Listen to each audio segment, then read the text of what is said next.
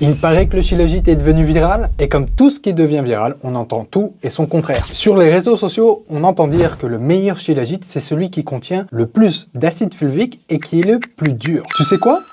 Nous aussi on vend du Shilajit, et nous aussi on clame d'avoir le meilleur. Mais le nôtre est liquide et il contient seulement 50% d'acide fulvique. Et pourtant on a mis 9 mois de recherche pour sélectionner cette qualité. Et non pas parce qu'on ne trouvait pas de Shilajit à 80%, ça tu peux le trouver en une journée. Mais parce que ce chiffre seul, en fait, ça veut rien dire. Alors maintenant, je vais vous expliquer. L'acide fulvique n'est pas un critère de qualité à lui seul. Le Shilajit contient naturellement entre 20 et 50% d'acide fulvique. Le reste, ce sont des autres composés tout aussi importants, comme l'acide humique, les chromoprotéines, les urolitines, etc. C'est l'ensemble de ces actifs qui rend le Shilajit intéressant, pas juste seulement un seul ingrédient. En vrai, je peux prendre n'importe quel Shilajit bas de gamme, rajouter de l'acide fulvique et hop, j'ai un Shilajit à 80% d'acide fulvique. Mais est-ce que c'est pour autant un bon produit au final? Bah non, non, non. Ce qui compte, c'est la qualité dans sa globalité, la pureté, la méthode d'extraction et sa biodisponibilité. Et puis, il y a ce mythe, le Shilajit doit être dur. Certains pensent que si le Shilajit est dur, c'est la preuve d'une fabrication artisanale,